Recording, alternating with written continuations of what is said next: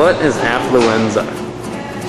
Now, influenza, as far as I know, is being gastrointestinal disorder. You know when you eat a lot of moldy, like old yogurt, bad yogurt. It's a chest disease, kind of like the flu. It's a very wealthy disease, I believe. It only affects those whose incomes are at a higher level than one would normally think of for the influenza. Either that or it affects you where you sit down. Influenza or affluenza? Affluenza.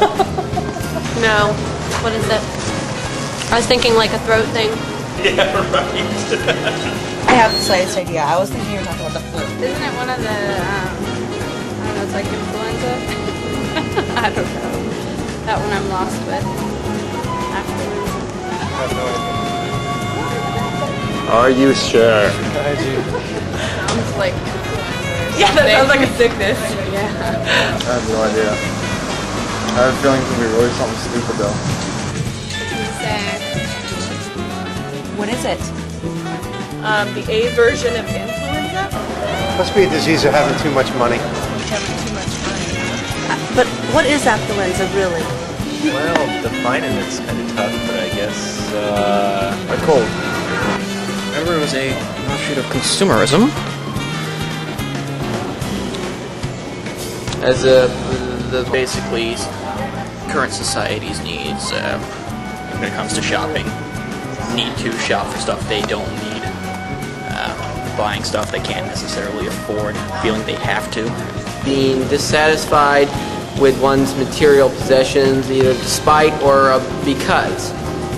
Say one person gets a nice new computer, and they've been overjoyed to have that computer. Then it becomes element of their regular life, and they felt that it should be more special than it really is, and they thus feel dissatisfied.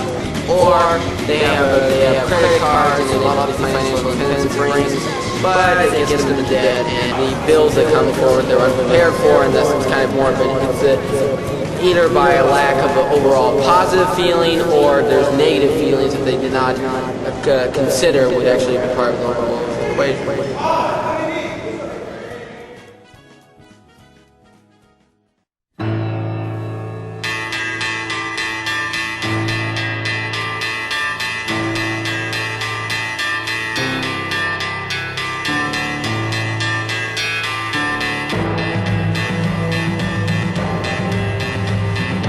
Americans today lead hectic lives.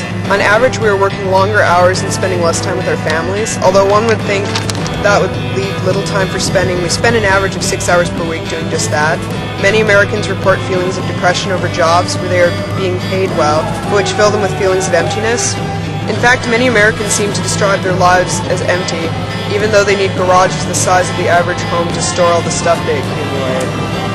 Many have attributed our feelings of hopelessness to a disease that has emerged and is spreading at an alarming rate throughout our country, affluenza. Affluenza is described as an obsession with buying and spending, an inability to delay gratification, an inability to effectively deal with feelings of frustration, an obsession with extremities, feelings of being entitled to possessions or wealth, lack of motivation for the future, and feelings of low self-esteem and self-worth. But how is this a problem? Stuff is good, right? Well, from an environmentalist point of view, stuff isn't the problem, rather an excess of stuff. Many environmental problems are due to the excessive consumption of resources by industrialized countries. Rampant consumerism affects families as well. On average, working couples spend 12 minutes a day talking to each other and 40 minutes a week playing with their children. And the problem isn't just stuff, it's our need for newer and better stuff. If we buy a bigger and better everything every few years, or sooner for some, when is this going to affect the way we view people? From what we see on TV and in movies, it's common for people to update their spouses just as frequently as they line up to buy the newest gadgets from Radio Shack. People adopt equally casual attitudes about updating their bodies, and it's not just women wishing for better-looking models. More and more men are getting plastic surgery as well now.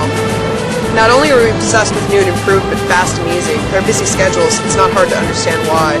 Many companies are marketing on-the-go products. People are even encouraged to buy their breakfast in liquid form. So if we don't have time to eat breakfast, talk to our spouses, or play with our children, when do we have time to take advantage of all this stuff our long hours at work afford us? Do we really have that much stuff?